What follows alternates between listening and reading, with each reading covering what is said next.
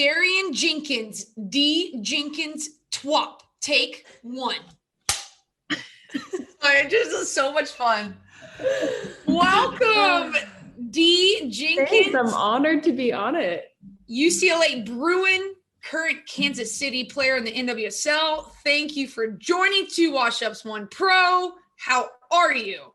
I am great. Thank you guys for having me. I'm excited. I've been watching all of the previous ones. Yes, D. Love that. For those who are listening support. Now, D has been a ride or die since day one. Loyal follower over here. She has been a loyal. Dude, we got some merch coming your way. Yeah. Amazing. Yeah. Send the address after the chat. Yeah. Okay. No, literally, seriously, D has been on.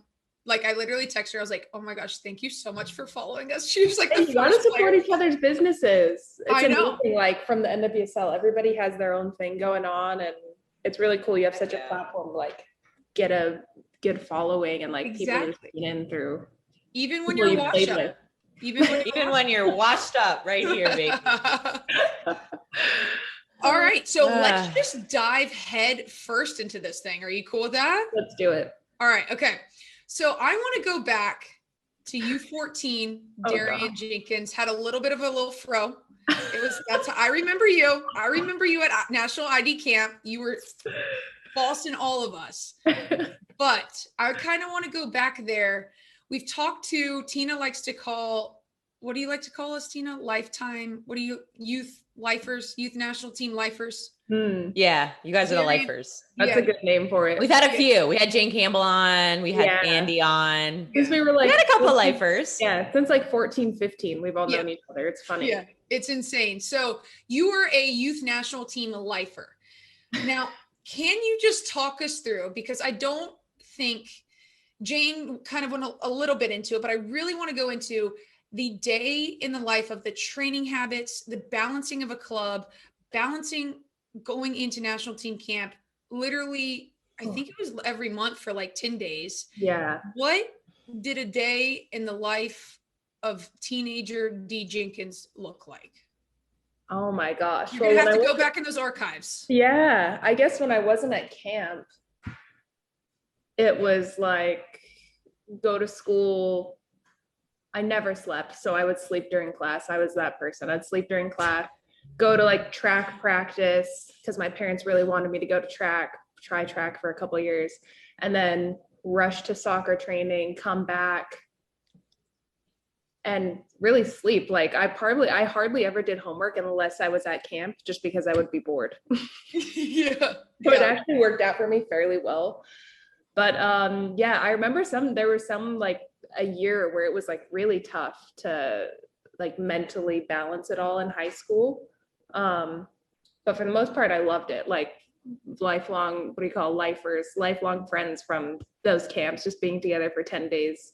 But camp life was fun. Like we all became such good friends there, and in between training and like the anxiety of the beep test. That's something I don't miss. Looming over your head. Always. Yo, we're running it tomorrow. Before I switched phones and finally freaking deleted you know how they gave us the MP3? Oh my gosh, that app, right? No, it wasn't an app. It was an MP3 back in the day. And they gave it to us. And at points, it would come on shuffle. And it would be like, this is Dr. Yang's bow. And it'd be like, turn it off. You have instant anxiety. Yeah. The heart just clenches for a second. Yeah. It's insane. Yeah, it's so funny. But I have so many good memories just from those camps, minus the beep test. And just lifelong friends. It was such a fun time. It's crazy. And like, even we've all played against each other 4 years at college, and then pro, and then now this, with everyone has their venturing businesses. It's really cool. Yeah. It's interesting to me because I'm like, I think about back in high school, and I feel like, I don't know if you got this, but I got so much slack, like, because we all committed to our universities so young, and everyone's assuming like, oh, like and I'm like, you don't understand. Like my schedule when I hit 5 o'clock is I'm on go now till 9-10 p.m. And like, I don't know about y'all, but when I got to college, I was like, oh, like I can really invest more into my academics. Like I never felt like I could give it a full whirl in high school, because I was just trying to skate by, because I was like, I'm never home. I'm never in school. And I feel like people, especially with the national team stuff, like you guys are going West Coast all the time, or you're on the West Coast, but going to these camps and staying away, like you're not in class, and you're expected to complete all these things that students are completing as well, and do it to that standard. It's kind of crazy now because I'm like, did you guys feel like when you were doing it, it just felt normal? But now you're like, how did I do that for 5 years or 6 years? I don't know about y'all, but I thought that was crazy. Not at the time I did, now I do. I look back, we're 25-ish. And I look back and I'm like, Parker and I just went to Mexico for a honeymoon. And he like never went out. This is the first time out of the country. And I was like, that's weird. I was like, I did this at 13. Yeah. Our parents shipped us off to Costa Rica at like a region camp. Yeah. Yeah. I also thought what was really funny though, is like you mentioned sleep. And I think our teachers at that time really did feel bad for us because my teachers actually were like, okay, you just like took a red eye home. So like, go ahead and sleep as long as you get your work done. They let me sleep in class, which I think that's interesting that you brought up is because that's exactly what I experienced is sleep. That's the most important thing. Same. But it is funny. Like I look back at high school and your whole day is loaded with like, how long are you in class for? You're up at 7 in class till 4. You go eat something before practice. And then some people have extra training or whatever you do to like stay at that level. So you feel confident going into camp, and then you have homework. And yeah, I thought college when I got there, I was like, oh, this is so chill. This is so chill. And I don't even have to go to half of my classes. It's amazing. Exactly. Yeah. It's funny to look back on and you're like, how the hell did I do that? Oh, sorry. No, that's okay. Listen. It's all right. Okay. Tina's from Long Island. She loves it. Girl. I gotta watch my F-bombs. I don't use them on here. I gotta watch them. You know, I can cuss, as they say in the South. Yeah. What do you say? What do you say up north? We curse. D, what do you say? Swear. Oh. Is that weird? Maybe that's a Utah thing. It probably is. So well, I say cuss. Tina says curse. You say swear. Swear. All right. Anyway. Yeah. Regions for you.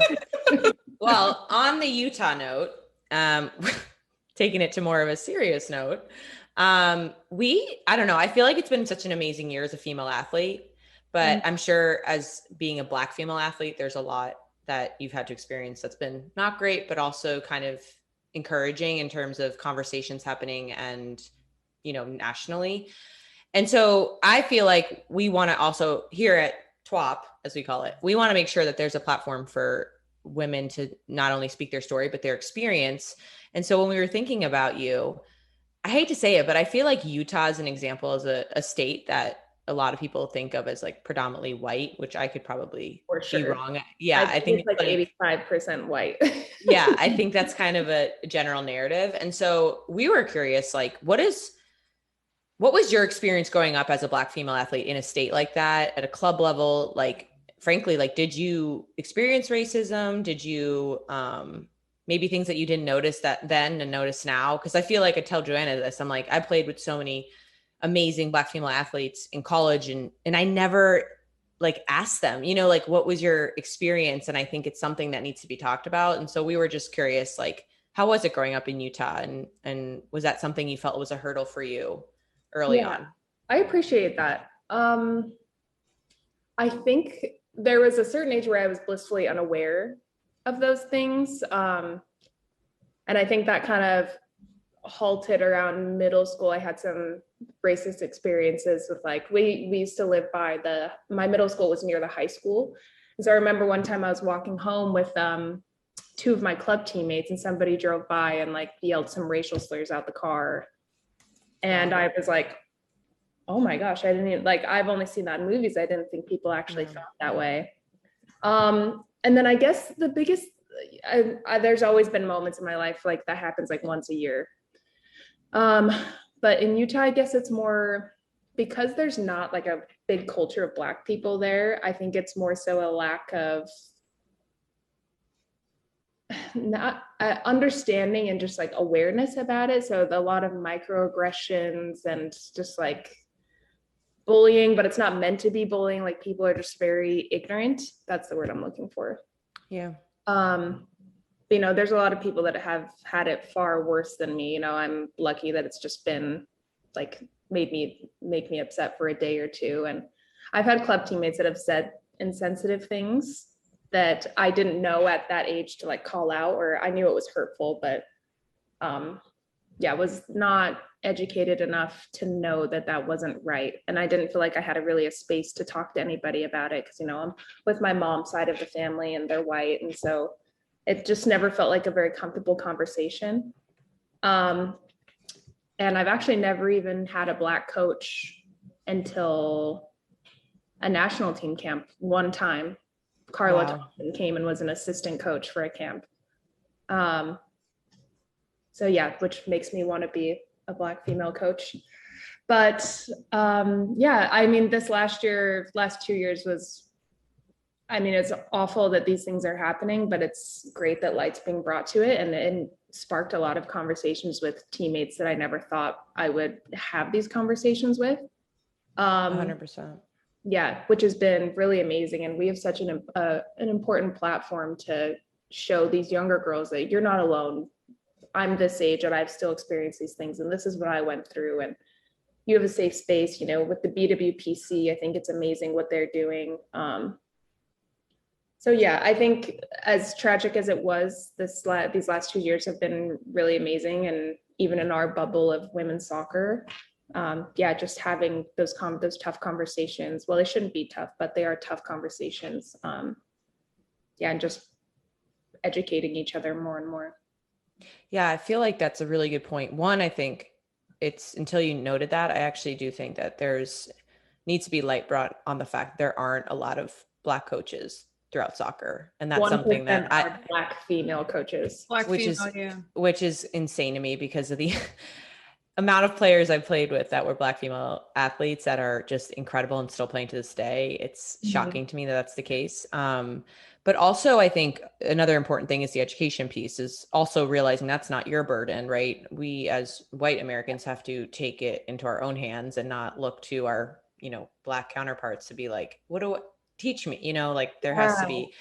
I'm just curious, because I feel like this is relevant to the moment now. I don't know how much you've been hearing about kind of the transgressions of fans in the NBA playoffs right now, and how disturbing it's been. And I'm just curious, like, because as players, obviously we don't have the same experience always, but how is it in the end? I mean, I don't necessarily think we're as intimate as a basketball arena, but I'm curious if you've had moments in the NWSL where there has been things from fans that you've heard that has made things uncomfortable, or you have been offended. I just wonder if that environment is something that still needs work as well. Yes. So I've personally had one experience, but nothing like the NBA has been experiencing. But I do know there's other players in the BWPC that have had very racially charged comments and things said at them, and social media. It's a breeding ground. Dangerous holes. Yeah. For trolls. You could just hide behind a screen. It just. Ugh. Yeah. I mean, I've had like hate pages made about me and saying all these awful things about like every part of the way that I look and whatnot. But, you know, sadly, it kind of comes with the territory. And Instagram actually is really bad with bullying. It's like the platform to be a bully. But not Twitter? I don't know. Well, you know, I don't tweet. That's so, right. You know. Homegirl doesn't tweet. But yeah, I mean, I've experienced little things like that. And I know other players that are a part of BWPC have, you know, we just had with Sarah Gordon, and, you know, those Jess McDonald and her son. Yeah, there's a lot of things that happen that finally it's getting the attention it deserves, and people are finally taking action, not how they should be, but there's steps being taken. So yeah, well, I feel like too, on the we talked about like representation. I feel like that's the amazing part. We've talked about this on the podcast a lot. It's like when I was 7, it was like Mia Hamm. That was like the only image of a soccer player I'd ever seen. And like maybe Brianna Scurry was like the first diverse player that I can think of initially when I was young. And I'm a big believer that women have just being there and being a 7-year-old and looking at Darian Jenkins and seeing you perform, you don't even need to say anything necessarily. Just seeing that tells me it's possible for me. Yeah. Mm-hmm. And so I just think that despite what you're saying, I think it's so incredible that we have representation now, because agreed. I think you don't even know, despite someone trolling you and doing all those horrible things, which is unacceptable and horrible. I think it's amazing though, in hindsight, when you think of the positives, there is probably a young Black soccer player who's looking at you and saying, I want to be Darian Jenkins. I want to be Shayna Williams. I want to be one of these women when I grow up. And that's just so impactful beyond anything else. And as a coach now, what I'm so happy is that you are going to have the opportunity to be that coach that you possibly wanted as a young Black female soccer player. And kind of as I've transitioned into, I'm so excited about her coaching. Like, I haven't heard anyone say that yet. I'm so excited. That just makes me so happy, because I know, and I'm happy for you, because now that I've transitioned out as a coach, the impact that you're going to be able to have specifically on these young Black female soccer players, and just female soccer players in general, just makes me so happy. Like, I'm just so happy for the next generation, for whoever it has Coach D. I appreciate that. It makes me so happy. So I'm going through, I know you took your C license. You did you were in Utah, right? Well, I'm in it now, and I'm having to it's a lot of work. I just signed up for my B. You did? Okay. Yeah, oh, girl. I signed up for it. That's some work. But we'll climb the ladder. We'll climb the ladder. Okay. So kind of staying in the Utah vibe, growing up, was there somebody that was just your person? Who was the greatest influence the influencer that completely changed Dee as a soccer player, as a human, and how have they impacted you in your success? I would say my club coach, his name is Ab Reese. He doesn't coach anymore, but he is the first person beside my family. Like, this is somebody like relative in soccer. Love you, Mom. Yes, we'll note that. Mom's always shout out the mom. Mom is always number one. Yeah, Mom's always general. Dad, everybody, like, soccer related. Exactly.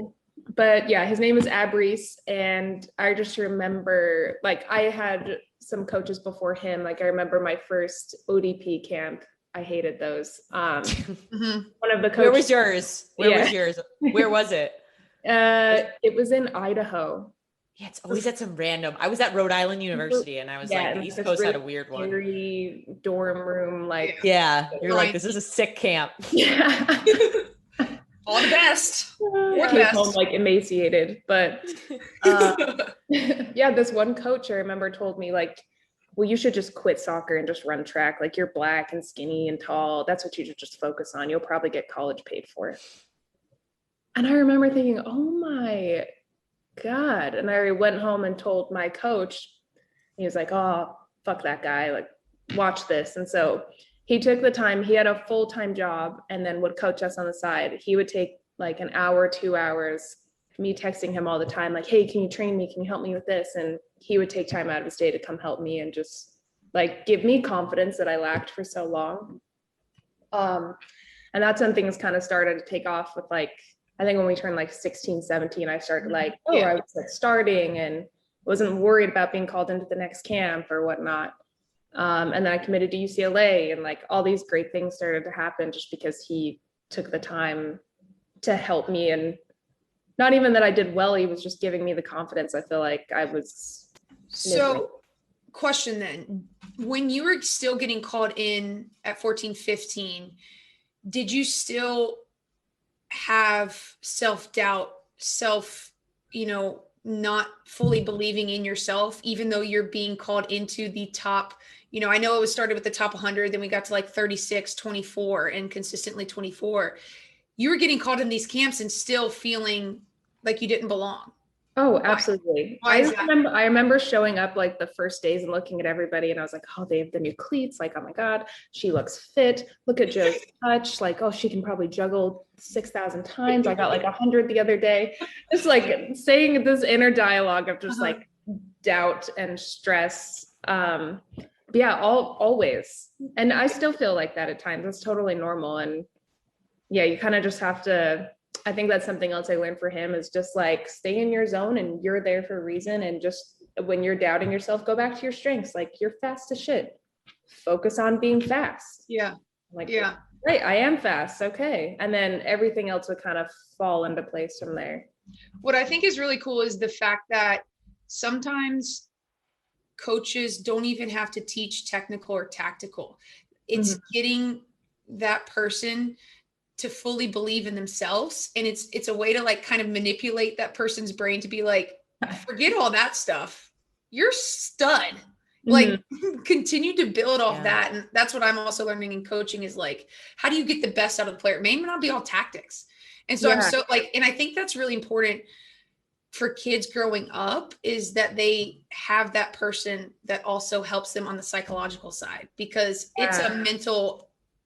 They say the game's 70% mental in the end. I go 95% mental.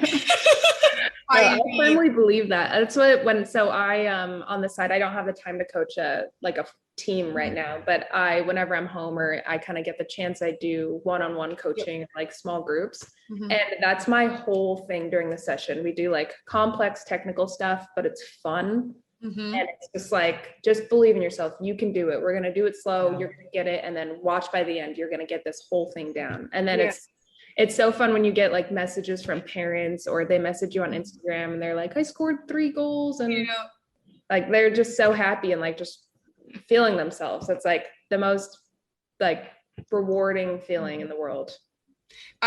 This is a side note. One of the parents I had a coach, I have to kind of go on this note. Tina told me not to do tangents, but I'm going on a tangent. She said, Joe, I feel like I've been listening to you all day. I said, what do you mean? She goes, podcast has been on loop all day. I said, oh, thank you. I love you and I love your child. But it's crazy. It warms your heart. It warms your heart. Also, when you had to, when you have to, you get to coach the child, but you also create relationships outside of the game, which you I don't think realize how like influential having somebody that you look up to older than you and just saying like, hey, it's okay. Like everyone makes mistakes. Next one, you got this. It's like, it's also going to help them after. Like I've learned like the way I was trained, not in a bad way. I just think that's how it was done. When I stepped out of the soccer career, I was translating that mentality poorly to another work life. And I was like, wait, you can't live like this where everything is like better. Like sometimes you just smell the roses. It's okay. Like you had a bad day, tomorrow will be better. But I also think it's important to note about your coach. I feel like that's always a story. The coach that doesn't, obviously it's your career and you're doing it to like feed your family or whatever, make money. But at the end of the day, I feel like the coaches that are putting in that extra time for nothing, those are the ones that are so passionate about your progression as a player in person. They typically are the most impactful. And I'm not shocked by that based on your UCLA career.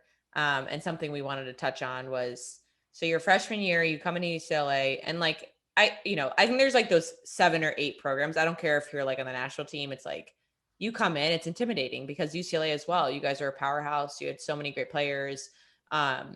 Talk about your freshman year. Like, you win the national title, you're an All-American. Like, what do you think best prepared you to really translate your game right away? Because I think regardless of anything, it's tough. It's a different challenge. The same way it's a jump to pros, I think it's a jump to college. So what do you think played a huge factor in being able to kind of contribute right off the bat? Honestly, this is going to sound unorthodox, but I don't think I took it that seriously. I was just kind of like, I'm going to UCLA. Like, there's half the national team is on this team. Like, I don't really have a chance, whatever. And then it kind of just aligned. I think like something I've learned about myself is when I don't care that much is when I play the best. So I think like going into like preseason, whatever, I was like, oh, I prepared well. Like I feel fit. And it is what it is. They have me for 4 years. I don't know what they're going to do. So I kind of just went in and like, I did well in like the preseason games. And then I started my first game and I scored like a toe poke goal. It just kind of like fell in front of me and it went upper 90. And I was like, that could have gone anywhere. I didn't even mean to do that, but it kind of just worked out, I think, because I was having fun. And yeah, and like how lucky am I that I got to play with literally half of the US national team. Oh, I can confirm there was half. I mean, I'm just going to interject here because can we give the listeners can we go and kind of Joanna, the greatest win of my career was against them. Okay. And I'm just going to own this moment. We lost in the final, but I'm going to own this. We flew to UCLA over Thanksgiving. And I remember Steve pulling up the lineup and I was like, he's like, okay, Tina, left back, you have like Taylor Smith and then behind her. And I'm like, okay. And I'm like, literally everyone on the team ran like a 4-4 equivalent in women. We're so fast. They had like Caitlin Rowland in goal. Not to bring up a bad loss for y'all, but Sam Ewis, I'm a midfielder. Didasco. Who else? They had basically an NWSL team. It could be Kemper, Killian, who's now named. I'm sorry, I don't know her married name. They had Darian. They had Jenna Richmond. Jenna Richmond. Yeah. Megan Oyster. The track star. What's her name? Megan Oyster. Allie Courtnall. Allie Courtnall. Okay, so Joanna, we go up 2-0, right? And I'm like, I'm like, something, Jesus Christ is on the field. So they scored. Didasco scores a goal. I swear to you, this is so embarrassing. We're at UCLA. You know what a game you're like, you're not supposed to be winning. I was saying our fathers in the field for like the last 5 minutes of the game. I guess the Lord came in and helped me because I was like, how is this not to bring, but they were true, honest to God. It was literally the NWSL on the team, on the field. I think you guys may have a record that year. I think it was a record. Yeah. I was like, there's like I think it was literally like the draft was like, the top 20, there was like 11 players from UCLA. Cody Lavrovsky. Yeah, just keep going. Honestly, I literally their whole lineup. They had people on the bench. They had people on the bench that were in the NFL. Gabby Miranda. Shout out to the recruiters at UCLA. That whatever. I guess Jill was part of that as well. I think it was like in between her and Amanda. But anyway, and BJ, you guys right? killed it. BJ? Yeah. It was a surplus of people. But see, like, there's a good point though. Like you had all these great players. So to you, even though you're a national team player, you're like, great. If I can even get some goals, like that's awesome. Yeah. It's crazy what weight off your back does. Yeah. It kind of just, I was like, I'm stuck here for 4 years. I'll figure it out. I don't know. But I remember like we played UCLA at a national team camp right before we Yep. And I was so like nervous. I remember Sarah, she's gonna laugh at this. I remember her coming up and talking to me, and I don't even think I like could mouth a response. I was just like word vomit. And she was like, okay, cool. We'll see you in a couple months. Oh my God. Like fangirling. But yeah, I think I just went in like I got nothing to lose. And it really worked out from there. Like I'm fortunate it was kind of like the 9 spot was like up for grabs and I got the opportunity and took it. So didn't look back. Oh girl. Didn't look back. So unfortunately, 3 years later. Yep. You had we gotta go there. We gotta go there. We gotta go there. Especially with Joanna on the pod. You know, we always gotta get we always gotta talk about the injuries. Always talk about the injuries. You had a traumatic, and I don't even know if traumatic like kind of puts it in words, and I don't know if people realize how bad it actually was. It was your senior year of college and you go down against Oregon, completely shatter your ankle, fibula, tibia. You can go into more detail specifically, but completely wrecked it. Can you talk about that recovery? But then at the same time, you know, you're going pro. So how do you, in your head, what's going on in your head about how am I going to recover? How am I going to go pro? Talk about just that mental battle as soon as you go down. Yeah. So it's actually something I still kind of struggle with, but when it happened, because there was like, I remember that week there was talks of like, oh, you're going to go like 2 or 4 in the draft or something like that. And I was like, oh, great. Like just get through season. Like, let's try to get a natty again. And yeah, I just remember like hearing it and I heard like pop, pop. And I was like, oh my God, I broke my leg. I for sure broke my leg. And I looked at the girl above me. I can't remember her name, but she started freaking out. And I was like, holy shit. And I went to grab to see where I broke it. And I could feel like my bone, like I broke my fibula and it broke like this, and then it tore the ligament that holds in your tibia. So my tibia came out of my, like where my ankle joint is. So it was like this. Oh, you had a compound. Yeah. Compound People don't know. That's the thing. People don't know. I remember how bad this because was. It was like huge news in the college soccer space. Yeah, like, no, I'm serious. We were like, everyone was. It was on turf. It got caught. It was crazy. Yeah. I got caught because when you're on grass, and like if you were to slide to like cross the ball or like clear it, your ankle would just like roll up and you would slide. I just stuck. But freak accident, it was like the speed I was running and like how I cut and the fact that my cleat jolted into the turf. Turf sucks. Turf blows. Yeah. But I totally agree. Yeah. But yeah, I just remember being like so distraught at first. I was freaking out and I was like, oh my God, like I'm going to miss the tournament. I'm letting the team down. The draft is coming up. My, like everything I'm graduating early for, like, I can't believe this. And just in that like cycle of really negative thoughts. But actually it really made me I wish it didn't happen, but I appreciate it happening now because it made me take a step back and like appreciate the game. Like I realized how much I really do love soccer, and it made me like take care of my mental health as well. I had to start seeing a sports psych to just put things into perspective for me. And something I still think about is like, I remember they're saying, think about the little goals throughout the day and then go on from there. Like you can't be thinking like, I remember when I was at North Carolina, I was like, I'm never going to start a game this season. Like I'm going to miss out. I don't have a chance to win like rookie of the year. Just putting all this like really unnecessary pressure on myself. And yeah, it really is about all of the like small goals that you attain when you're coming back from rehab. I'm sure you guys can understand this. Yes. It's just like, you just have to trust the process as much as it sucks. But yeah, when you come out the other side. So talk about then your rookie season, they put you immediately on the disabled list, right? So did that mean you weren't going to play your first year? So all you did was rehab. Is that right or wrong?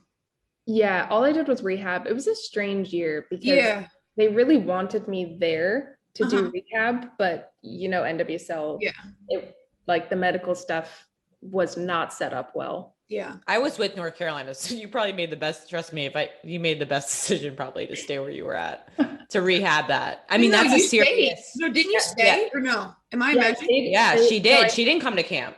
No, right? You were in a camp. Okay. No, I had to I had to get another surgery to get these like screws taken out of my ankle. So then I could start walking because I was non-weight bearing for like 4 months. So I just wanted to be at UCLA and get all that done there. And then they were like pushing to get me out there.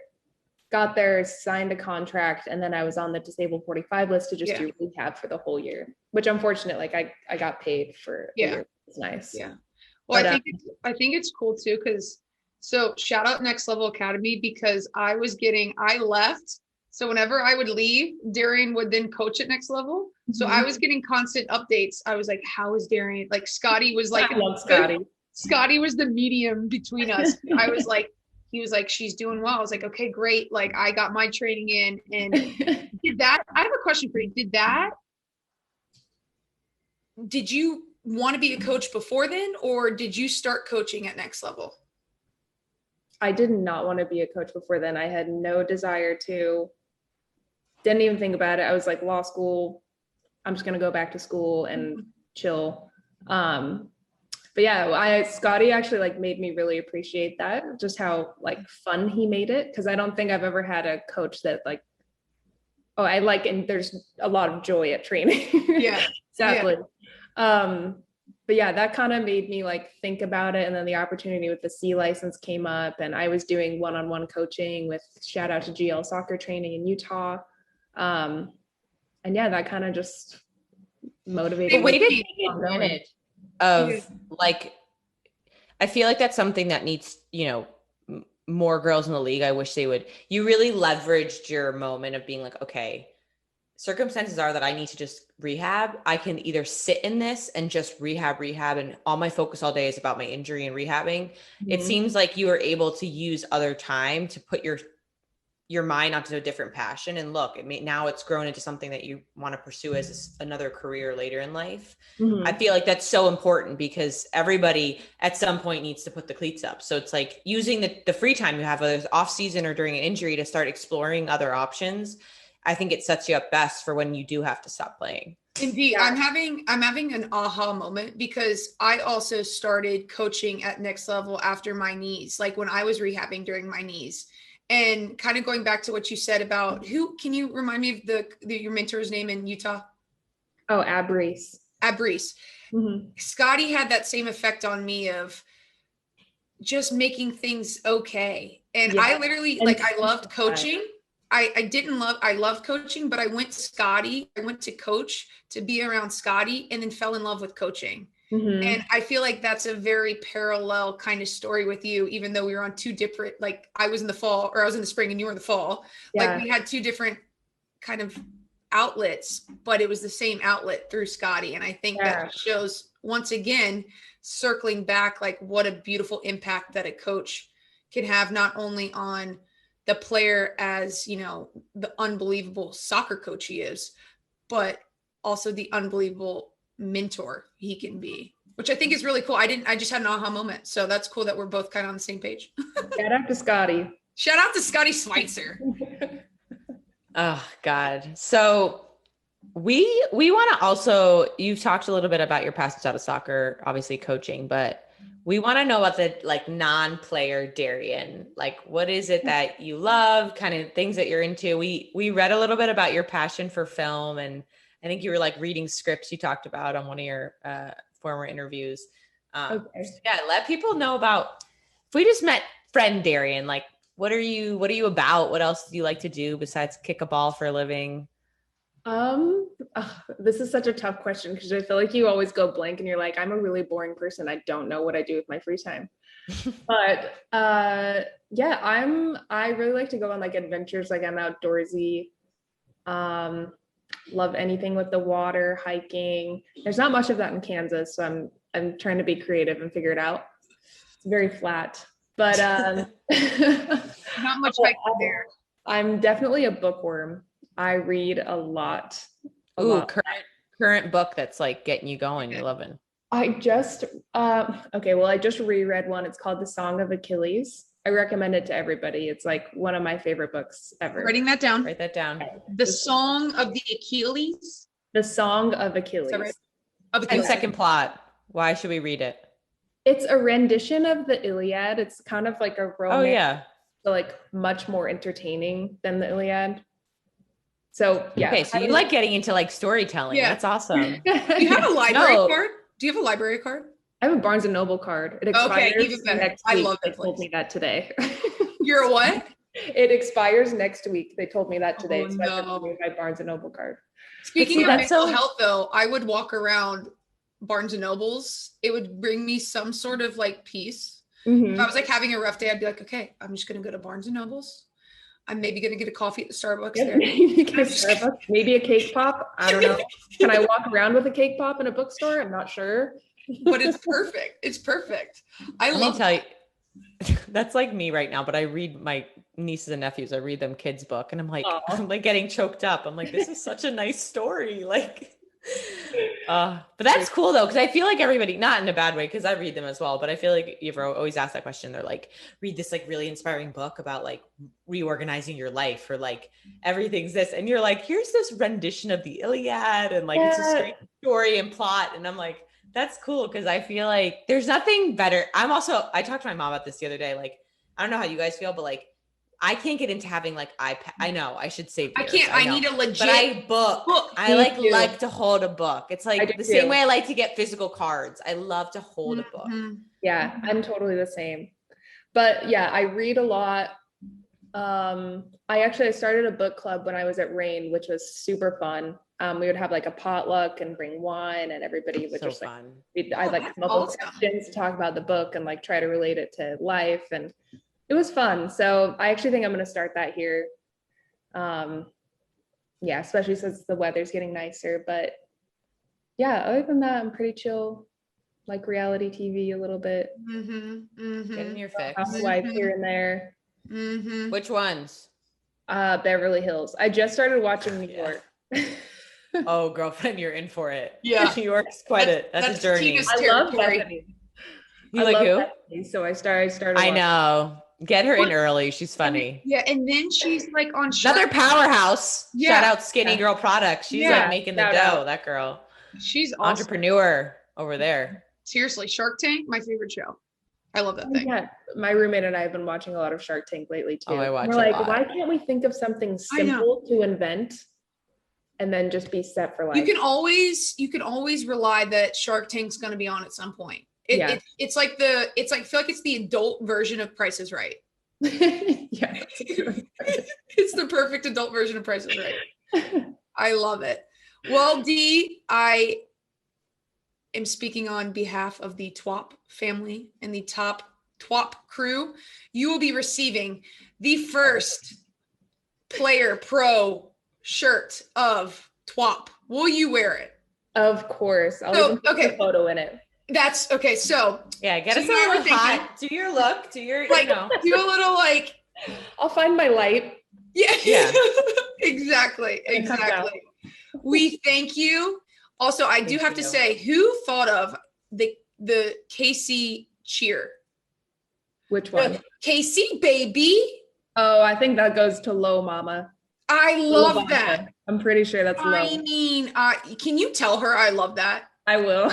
Because it's so catchy. It's so ringy. It gets me going. I just had to, it thought crossed my head and I was like, I need to tell her right now, whoever thought of that cheer, it's simple. It's clean. It gets the people going. I mean, I love it. I love it. I'll for sure tell her. She'll appreciate that. Please tell her. But thank you so much. We appreciate you, Darian Jenkins. Thank you. Me guys. Thank you.